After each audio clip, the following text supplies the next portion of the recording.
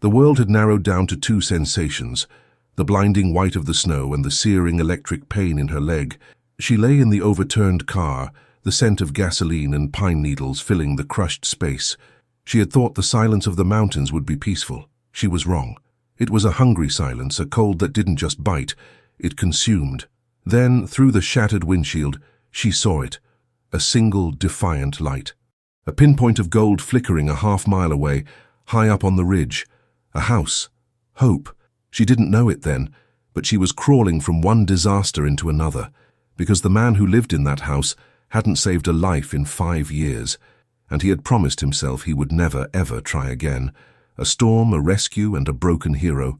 Are you ready for this emotional journey? Before we begin, hit the subscribe button so you never miss an escape into romance. Now, the story begins. Dr. Lena Petrova had always been a runner. She ran from her small town to medical school. She ran from a prestigious but soulless city hospital to a rural clinic in the Colorado mountains. She was running towards something she called real medicine, a place where patients were people, not billing codes. Her colleagues thought she was insane. "You're trading a career for a bunch of lumberjacks and lost hikers," her old boss had scoffed. But Lena craved the quiet, the connection. The drive up the winding mountain pass was breathtaking. The pines stood like silent sentinels, their branches heavy with the first dusting of snow. The radio had been forecasting a light flurry, nothing more. The sky, however, was turning a deep, bruised purple, and the wind had begun to howl a low, mournful song. She should have turned back. A voice in her head, the cautious, logical part of her brain, screamed it. But the idealistic part, the part that believed in fresh starts, pushed her onward, just another 10 miles. The snow started falling in earnest. Not a flurry, but a thick, wet curtain that reduced visibility to near zero. The rental car's wipers fought a losing battle. The road disappeared. She was driving blind, guided only by the faint outline of the trees. She felt the back wheels of the car lose their grip. A sickening slide. She turned the wheel, but the ice had already claimed her. The car spun in a slow, elegant pirouette of doom. For a split second, there was a strange, suspended silence. Then, the world tilted violently as the car plunged off the road, rolling once, twice, before coming to a stop with a bone-jarring crunch at the bottom of a ravine. Silence. Lena's head was slammed against the side window. Stars exploded behind her eyes.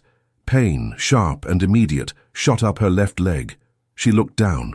A piece of twisted metal from the dashboard had speared through the flesh of her calf, pinning her to the floor. Blood, dark and thick, was already beginning to stain her jeans. "Okay," she whispered to herself, her breath fogging in the frigid air. "Okay, doctor, diagnose. Shock, a concussion, and a very, very bad leg injury." She reached for her phone. The screen was a spider web of cracks. No signal, of course. Panic, cold and sharp, tried to claw its way up her throat, but she fought it down with years of medical training. Panic was a luxury she couldn't afford. Survival was a checklist. First, get free. She gritted her teeth, grabbing the piece of metal. The pain was nauseating, a white-hot agony that made her vision swim. With a guttural cry, she pulled. The metal ripped free, and she screamed, the sound swallowed by the thick blanket of snow. She crawled out of the broken window, collapsing into the deep snow. The cold was a physical blow, stealing her breath. She knew she had minutes, not hours, before hypothermia set in. She pushed herself up, her injured leg screaming in protest. And that's when she saw it, the light, a warm, golden square high on the hill. It was the only sign of life in a world of white death. It was her only hope. The half-mile trek to the cabin was a journey through hell. Every step was a fresh wave of agony. She used a broken tree branch as a makeshift crutch, dragging her bleeding leg through the ever-deepening snow. The wind ripped at her coat, its icy fingers finding every gap.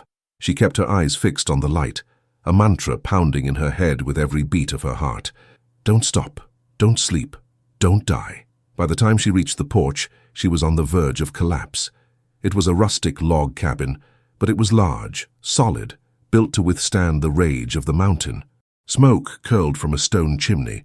She pulled herself up the steps and pounded on the heavy wooden door with the last of her strength.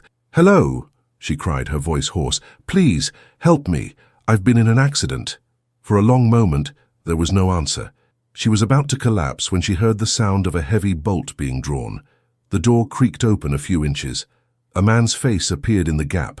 He was not what she expected. He was maybe 50, with a thick, untamed beard streaked with grey, and long dark hair tied back in a messy knot.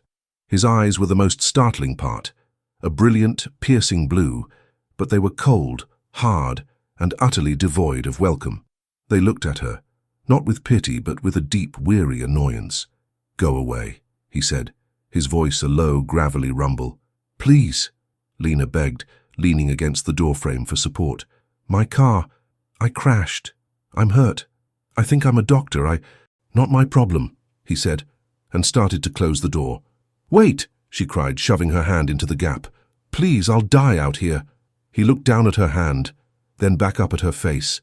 "That's your choice. This is private property. You shouldn't have been on this road." Desperation and rage gave her a final burst of strength. "What is wrong with you? I'm a human being, bleeding on your doorstep." He stared at her, his expression unchanging. Then, the world began to spin. The golden light of his cabin fractured into 1,000 pieces. The last thing she saw before the darkness took her was the flicker of something in his cold blue eyes. It wasn't pity. It was recognition and fear. She collapsed on his porch. When Lena woke up, she was on a worn leather sofa in front of a roaring fireplace. The room was warm. It smelled of wood smoke, antiseptic, and whiskey. She was covered with a heavy wool blanket. She sat up with a gasp, the sudden movement sending a jolt of pain through her leg. She looked down. Her jeans had been cut away. Her leg was cleaned, expertly stitched, and bandaged. She moved her shoulder. It had been dislocated, but now it was back in place, aching but functional. "Don't move so fast, you'll tear the stitches." The voice came from the shadows. The man from the door stepped into the firelight. He was holding a glass of whiskey. He had cleaned the blood from his porch. "You," she whispered. "You helped me." "You were bleeding on my floor," he said, as if that were the only reason. "I have a rudimentary knowledge of first aid." Lena looked at the stitches on her leg. They weren't rudimentary. They were perfect. The work of a professional, a surgeon. "Who are you?" she asked. "The man who owns this cabin," he replied, taking a sip of his whiskey. "That's all you need to know." He was a contradiction. He looked like a mountain hermit, but the cabin, though rustic, was filled with expensive books, medical journals, and classical literature. His hands, though calloused, had moved with a surgeon's grace. "The storm is getting worse," he said, looking out the window. "You're stuck here, at least for a few days." "I need to call someone," she said, looking for her phone. "There's no signal up here," he said. "No internet, no television, just the storm. And us." He said the last words with a tone that was not comforting. It was a sentence. Lena looked at him, truly looked at him, past the beard and the gruff exterior. There was an intelligence in his eyes, a deep, buried pain. She had seen that look before, in the mirror. "You're a doctor," she said, not a question but a statement. He went still. He turned his head slowly, his cold blue eyes locking onto hers. The firelight danced in their depths, making them look like chips of ice over a flame. "I was a lot of things," he said, his voice dangerously quiet. "Now I am nothing. You are a patient, a trespasser I was forced to treat. And I—" He took a step closer, looming over. The first 24 hours were a war fought in silence. Lena was confined to the sofa, her leg throbbing with a dull, persistent ache. The man, he refused to give her a name, so she simply thought of him as the doctor, moved through the cabin like a ghost, a brooding presence who seemed to resent the very air she breathed. He would prepare food, simple things like soup and bread, and leave it on the small table beside her without a word. He would tend to the fire, his movements economical and precise, but he never looked at her. He spoke only to give orders. "Drink this. Don't put weight on that leg. The bathroom is through that door, don't fall." Lena, for her part, tried to respect his invisible boundaries. She was a guest, albeit an unwilling one, but her professional curiosity was a relentless itch.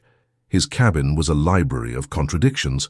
On one wall hung a framed diploma from Johns Hopkins University, the nameplate deliberately and violently scratched out. Medical textbooks, advanced surgical manuals, were stacked on shelves next to well-worn copies of Tolstoy and Shakespeare. This was not the home of a simple hermit. This was the self-imposed exile of a brilliant mind. On the second day, a fever set in. Lena knew the signs. An infection was starting in her leg wound. She grew weak, her body racked with chills. The doctor noticed immediately. He came over, his usual scowl replaced by a look of clinical concern. He placed a rough, calloused hand on her forehead. His touch was impersonal, professional, but it sent a jolt of unexpected heat through her. "You're burning up," he stated, his voice flat. He disappeared into a back room and returned with a medical bag that looked like it had been salvaged from a state-of-the-art operating room. It was filled with antibiotics, sterile syringes, and equipment she hadn't seen since her residency. He prepared an injection with practiced ease. "What is that?"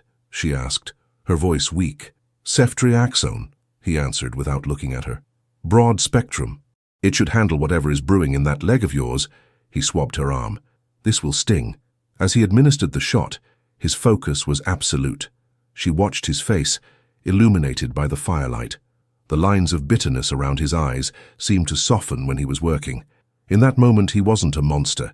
He was a healer. It was as natural to him as breathing. "Why did you stop?" she whispered, the question slipping out in her feverish state. He froze, the empty syringe still in his hand. He pulled it away and stood up, his back to her again. "That is none of your business. A man with your skill," she pressed, emboldened by the fever. "You don't just stop. Something must have happened." He turned, his blue eyes flashing with a dangerous light. "Yes," he hissed, his voice a low, venomous snarl. "Something happened. I killed a child on my operating table. My hands, which were supposed to be a gift, slipped.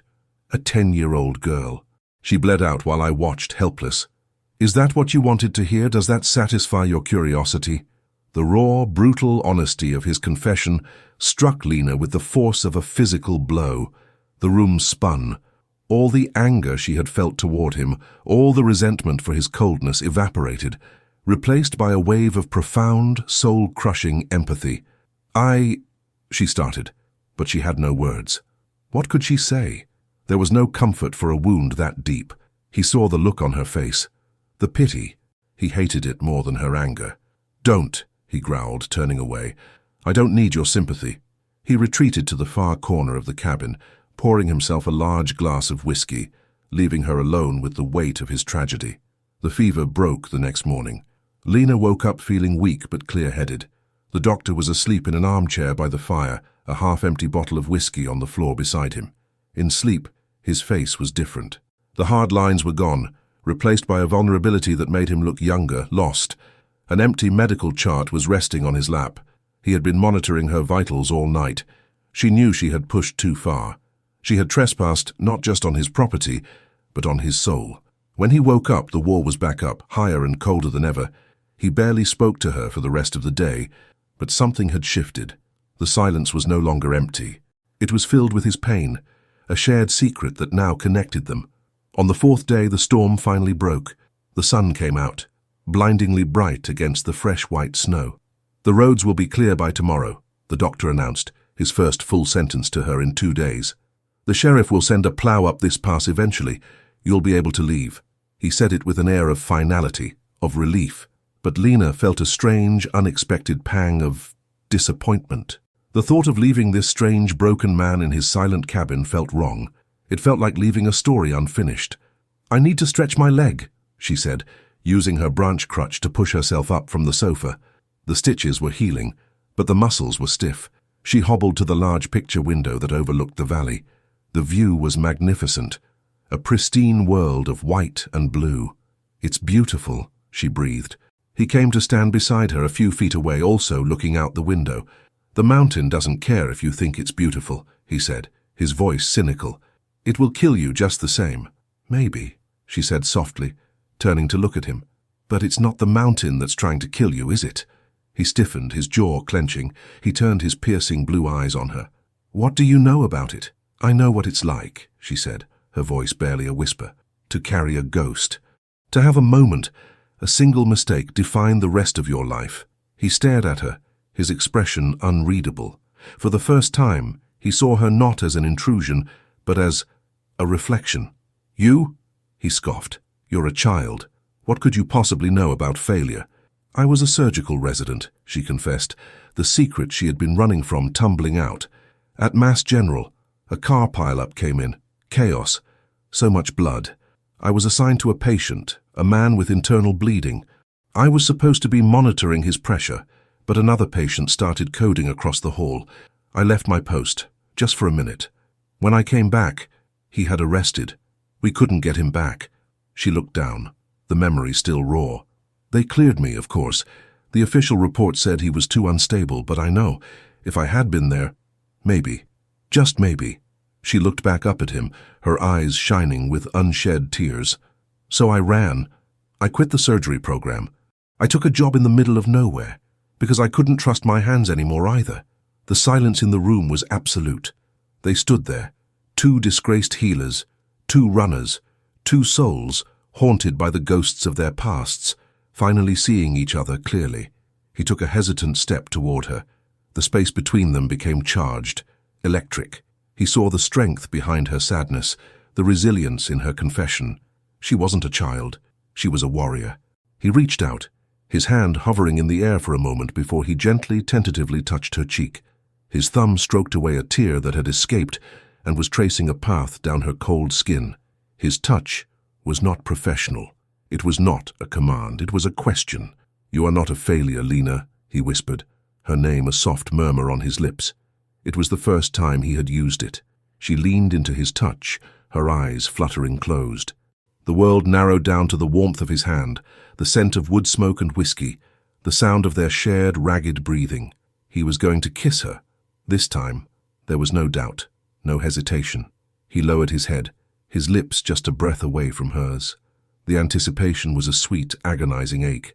And then, from the valley below, came a sound that shattered the pristine silence. The roar of a snowplow. They sprang apart, the spell broken. The outside world, with its rules and its roads and its realities, was coming for them. He looked at her, his expression a chaotic mix of frustration and longing. "They're here," he said, his voice rough. "I know," she whispered, feeling the loss of his touch like a physical wound. He turned and walked to the door, all business again.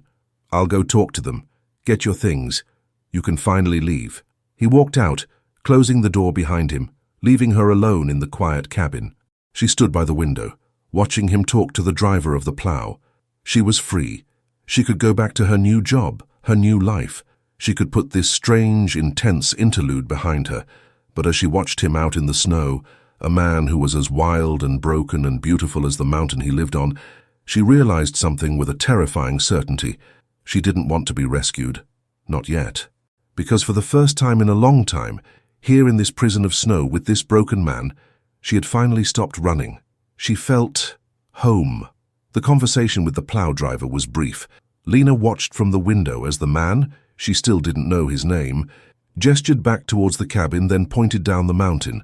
The driver nodded, climbed back into his massive vehicle, and with a final, grinding roar, continued on his way, carving a path back to civilization. Her rescuer walked back inside, stamping the snow from his boots. He didn't look at her. He went straight to the fireplace and began adding logs, the movements sharp, angry. "He'll be back in an hour with the sheriff," he said, his back to her. "They'll arrange a tow for your car and give you a ride into town. You should gather your things." Clara didn't move from the window. Her bag, a small, pathetic-looking duffel, sat by the sofa where she had slept. It would take her 30 seconds to pack. "What if I don't want to go?" she asked, her voice quiet but firm. He stopped, a log halfway to the fire. He turned his head slowly, his piercing blue eyes narrowing. "What did you say?" "I said," she repeated, turning to face him, her heart pounding but her resolve hardening. "What if I want to stay?" He stood up to his full height, a dark, imposing figure against the flickering flames. A humorless, cynical laugh escaped his lips. "Stay? Why in God's name would you want to stay here in this mausoleum with me?" "Because for the first time in a year I don't feel like I'm running," she said, taking a step toward him. "Because I think you and I have something to learn from each other." "I have nothing to teach you," he growled, "except how to ruin a life. I am a disgraced surgeon living in self-imposed exile, a ghost. You are a young, brilliant doctor with a future. This place, I will poison that." "Or maybe," she countered, closing the distance between them until she had to tilt her head back to look up at him, "maybe we're the antidote for each other's poison. The air between them was thick with tension, with the ghost of the kiss that had been stolen from them. He looked down at her, at the fire in her eyes, at the stubborn set of her jaw. He saw not a victim to be pitied, but an equal, a force of nature, as wild as his mountain. "You are a fool, Lena Petrova," he whispered, his voice rough with an emotion he couldn't name. "And you're a coward," she whispered back, her voice breaking slightly. "You're so afraid of the ghost in your past that you're willing to become one yourself." His eyes flared. He grabbed her upper arms, his grip firm, not painful but possessive. "You don't know what you're talking about." "Don't I?" she challenged. "You're the best surgeon this state has ever seen." I looked at the diploma. I read the journals. "And you're letting that skill rot on this mountain because you made one mistake, one. We all make them. The difference is, some of us try to atone for them, and some of us hide from them." His grip tightened for a second, then loosened. He dropped his hands as if he had been burned, stepping back. Her words had hit their mark. He walked to the window, running a hand through his hair. "It's not that simple." "It is," she insisted. "You just have to choose. You can stay here and drink yourself into oblivion, or you can come down from this mountain and use your hands to do what they were meant to do, heal." He stared out at the snow, his shoulders slumped. He looked defeated. "I can't." "Why?" "Because every time I hold a scalpel," he confessed, his voice cracking, "I see her face. The little girl. I see her eyes. And my hands. They shake." He held out his right hand. It was trembling, a fine, almost imperceptible tremor, but for a surgeon it was a death sentence. Clara's heart broke. It wasn't just guilt, it was physical. It was PTSD. She walked over to him, her steps silent on the wooden floor. She didn't say anything. She simply took his trembling hand in both of hers. His hand was large, calloused, but it felt cold, lifeless. She brought it to her lips and pressed a soft, warm kiss to his knuckles. He flinched, snatching his hand back. "Don't." "Your hands are not a curse," she said softly, looking up at him. "They are a gift. You just need to remember how to use them." He looked at her, at the unwavering belief in her eyes. It was something he hadn't seen in years. It was terrifying, and it was seductive. Before he could answer, a loud official knock echoed from the front door. The sheriff. Their time was up. "You have to decide," Clara said, her voice urgent. "Are you going to let me walk out that door?" He looked at the door, then back at her. The thought of this cabin returning to its cold, silent state, the thought of her warmth vanishing, was a physical pain in his chest. He walked to the door and opened it. A burly sheriff with a kind face stood on the porch, his hat covered in snow. "Doc," the sheriff said with a familiar nod. "Heard you had a visitor. Plow driver said she was hurt pretty bad. We came to give her a ride down." The sheriff peered past him and saw Lena. "Ma'am, you ready to go?" Lena looked at the doctor, her expression pleading. "Choose." The doctor looked at Lena, then back at the sheriff. He cleared his throat.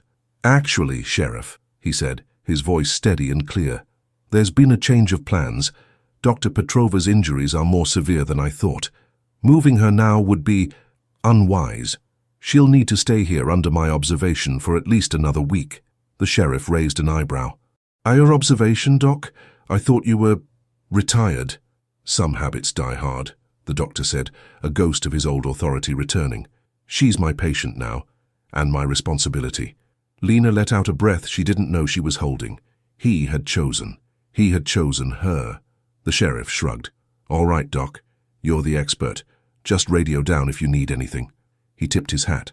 "Ma'am." He turned and walked back to his vehicle. The doctor closed the door, shutting out the world once again. He turned to face Lena. The cabin was silent, but the air was alive, humming with the energy of his decision. He walked toward her, his steps deliberate, confident. The weary, broken man was gone. In his place was the surgeon, the man in control. "You wanted me to make a choice, Lena," he said, his voice a low, seductive growl. "I've made it. You're staying." He stopped directly in front of her, invading her personal space. "But let's be clear. If you stay, you are no longer just a patient." "What am I then?" she whispered, her heart hammering. He reached out, his hand tangling in her hair, tilting her head back. His brilliant blue eyes burned into hers. "You are the cure," he murmured, "and the disease." And then he kissed her. It wasn't a kiss of hesitation or tenderness.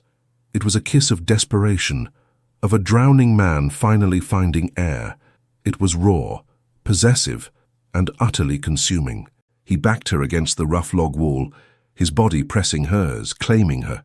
Clara melted into him, her hands wrapping around his neck, answering his hunger with her own. The ghosts, the guilt, the storm outside, it all faded away. There was only this, the heat, the connection. But as he deepened the kiss, a faint sound from his radio in the corner of the room crackled to life. It was the sheriff's voice, tinny and distant, but the words were sharp with urgency. "Dispatch, we have a situation down at the base of the pass. Looks like that missing hiker from Denver. We found him. He's alive, but he's in bad shape. Multiple fractures, hypothermia is severe. We need a medevac, but the chopper can't fly in this wind. The closest surgeon is up on that mountain." They broke apart, both breathing heavily, their eyes wide. He had just chosen to hide from the world with her. But the world was knocking on his door, begging for the one thing only he could provide, a miracle. He looked at Lena, his face a mask of conflict. He had just found his salvation. But now he was being asked to be someone else's. The choice he thought he had made was just the beginning. The sheriff's voice on the radio was a harsh metallic intrusion, shattering the fragile intimacy of their first kiss. They broke apart, the heat between them instantly replaced by a chilling new reality. The world he had so violently shut out was not just knocking, it was pleading for his help. He stared at the radio, his face a mask of disbelief and fury. It was a cruel joke, a test from a god he had long ago stopped believing in. "No," he whispered, the word a raw, guttural sound. He turned away from Lena, pacing back toward the fireplace like a caged wolf. "No, I'm not him anymore. Tell them to find someone else." Lena watched him, her heart aching. The confident surgeon from minutes ago had vanished, replaced by the broken, terrified man. "You heard the radio," she said, her voice gentle but firm. "The chopper can't fly. You're the closest. You're the only one." "I said no," he roared, spinning to face her. His eyes were wild, filled with a familiar panic. "I won't do it, I can't. My hands—" He held up his right hand, and the tremor was back, more pronounced this time. "These hands don't save people, Lena. They destroy them. Do you want me to kill that man too?" "That's the fear talking," she said, taking a step toward him. "Not the doctor. The doctor is dead," he spat. "He died on an operating table 5 years ago with a little girl's blood on his hands." "And what about the man who just set my shoulder without a second's hesitation?" she challenged, her voice rising. "What about the man who stitched my leg so perfectly it will barely leave a scar? He's not dead. He's just hiding." She closed the distance between them, stopping directly in front of him, forcing him to meet her gaze. "You and I, we both ran from our ghosts. We hid because we were afraid of failing again. But a man is dying down there right now. Are you going to let a new ghost be created tonight because you're too afraid to face the old ones?" Her words struck him with the force of a physical blow. He looked at her, at the unwavering strength in her eyes. She wasn't just his lover. She was his conscience. She was holding up a mirror, and he hated the man he saw in it, but he also saw the man she believed he could be. He let out a long, shuddering breath, a sound of profound surrender. "My field kit is limited. I don't have an OR. I don't have a team." "You have me," she said instantly. "I was a surgical resident. I know my way around a trauma case. I can be your hands, if yours are shaking." He stared at her, a wave of awe washing over him. She wasn't just offering comfort. She was offering her skill, her partnership. She was willing to step into his nightmare with him. He finally nodded, a single sharp jerk of his head. The decision was made. "Get the medical bag," he ordered, his voice regaining a sliver of its old command. "And my coat, and find the emergency flares in the back closet." "What about the truck?" she asked. "Can it make it down in this?" "We're not taking the truck," he said, already moving, his purpose renewed. "It's too slow. The pass will be blocked by drifts. We're taking the snowmobile." The journey down the mountain was a wild, terrifying ride through a world of white chaos. Lena clung to his waist, her face pressed against his back, shielding herself from the biting wind and stinging snow. He drove with a reckless, focused skill, navigating the treacherous terrain by pure instinct. He was no longer the hesitant recluse. He was a man on a mission, the mountain his old familiar adversary. During a brief lull in the storm, sheltering in a grove of pines, Lena yelled over the engine's idle, "If I'm going to be your partner in a life-or-death surgery, I should at least know your name." He turned his head slightly, his profile stark against the snow. A ghost of a smile touched his lips. "Alistair," he shouted back. "Dr. Alistair Finch." Alistair. The name felt right. Strong. Classical. It was the name of the man, not the hermit. "Well, Alistair," she yelled, tightening her grip as he prepared to accelerate again. "Try not to kill us before we get there." They arrived at the base camp half an hour later, looking like apparitions emerging from the blizzard. The scene was chaotic. The sheriff's truck, its lights flashing, cast an eerie red glow on the snow. A small group of deputies were huddled around a makeshift shelter, their faces grim. The sheriff saw them and rushed over, his expression a mixture of disbelief and profound relief. "Doc, my God, I didn't think you'd come." Alistair swung his leg off the snowmobile, his medical bag in hand. The mask of the surgeon was firmly in place. "Where is he?" "Over here," the sheriff said, leading them to the patient. The injured hiker was lying on a stretcher, wrapped in thermal blankets, his face a waxy, pale color. He was barely conscious. Lena, falling back into her own training, immediately began assessing his vitals. "Pulse is thready, blood pressure is dropping," she reported, her voice calm and professional. "He's going into shock." Alistair knelt, his gloved hands expertly but gently examining the man's injuries without moving him. "Femoral artery must be nicked from this fracture. He's bleeding out internally. If we don't stop it and get him stabilized, he won't last another hour." He looked up at the sheriff. "I need light, and I need everyone who isn't essential to get back, now." The deputies scrambled, setting up powerful flashlights, creating a small, sterile circle of light in the vast, stormy darkness. It was a makeshift operating room at the edge of the world. Alistair opened his medical bag. He looked at Lena, his blue eyes locking with hers over the dying man. The fear was still there, lurking in the depths, but it was overshadowed by a lifetime of training. "Scalpel," he said, his voice steady. Lena placed the cold metal instrument into his outstretched hand. His fingers closed around it. She watched his hand. It was perfectly, absolutely still. The world shrank to the small, intense circle of light cast by the deputies' flashlights. The blizzard raged around them, a howling symphony of wind and ice. But inside their makeshift operating theater, there was a profound, focused silence. It was just Alistair, Lena, and the dying man between them. "Vitals?"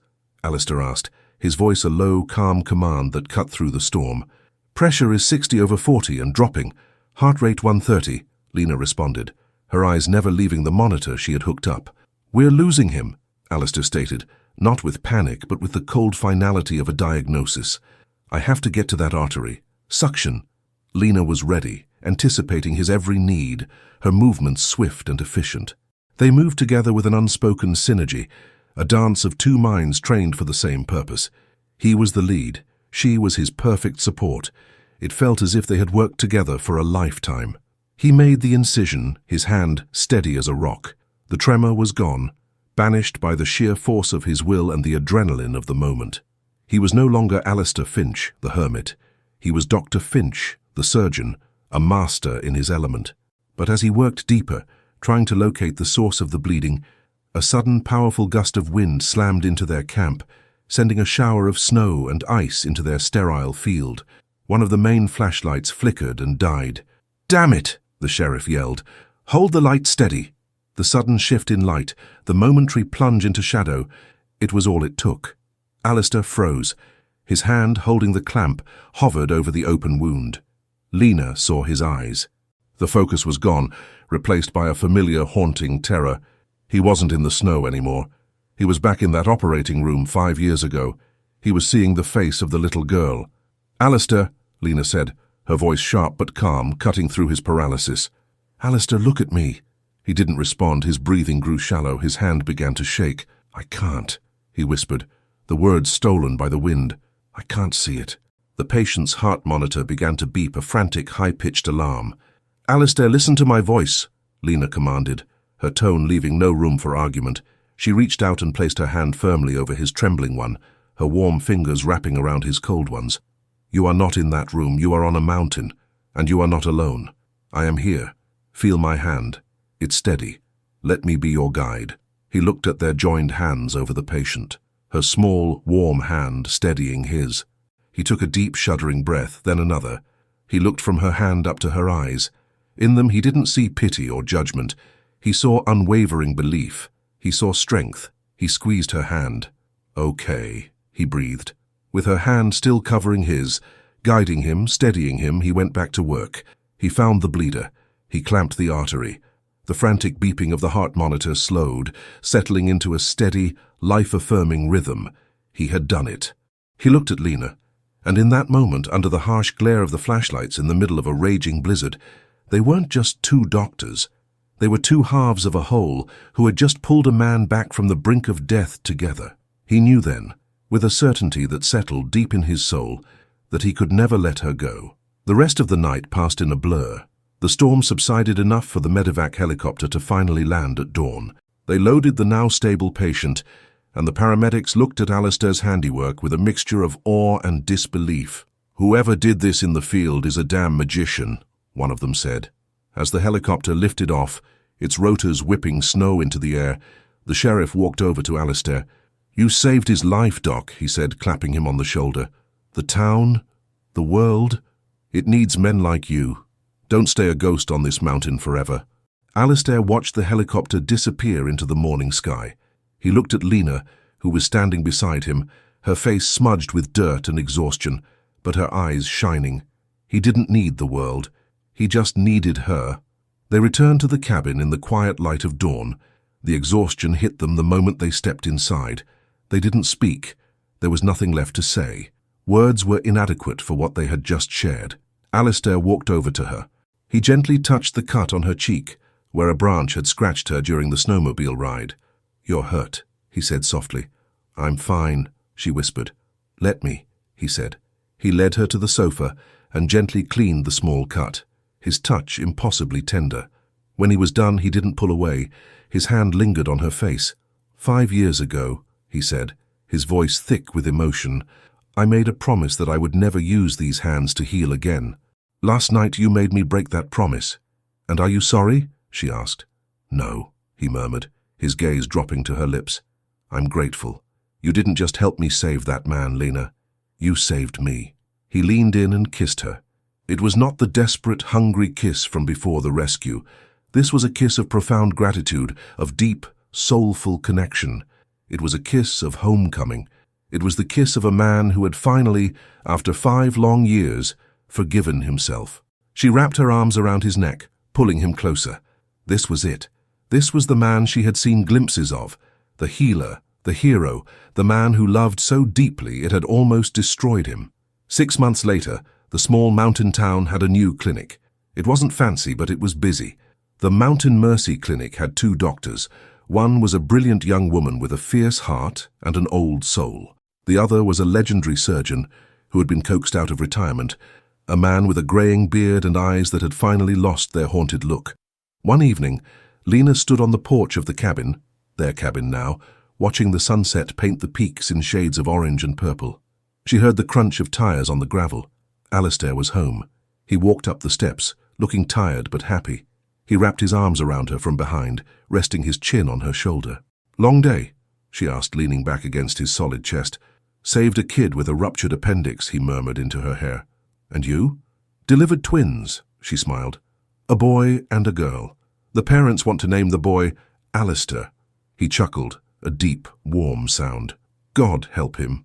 They stood in comfortable silence for a moment, watching the stars begin to appear in the darkening sky. "I never thought I'd find this again," he said quietly. "Peace." "It was here all along," she replied, turning in his arms to face him. "You just needed someone to help you see it through the storm." He looked down at her, his love for her a tangible thing in his eyes. He lowered his head and kissed her, a soft, familiar kiss that still made her heart race. "I love you, Lena Petrova," he whispered. "I love you, Alistair Finch," she answered. He had been her only hope in the storm. But she, he realized, had been his salvation all along. He thought his hands were a curse, but she reminded him they were a gift. Sometimes the right person can help us heal our deepest wounds. Have you ever had someone who believed in you when you didn't believe in yourself? Share your story in the comments. If this story of second chances moved you, please hit the like button and subscribe to Eternal Desire for more journeys of the heart.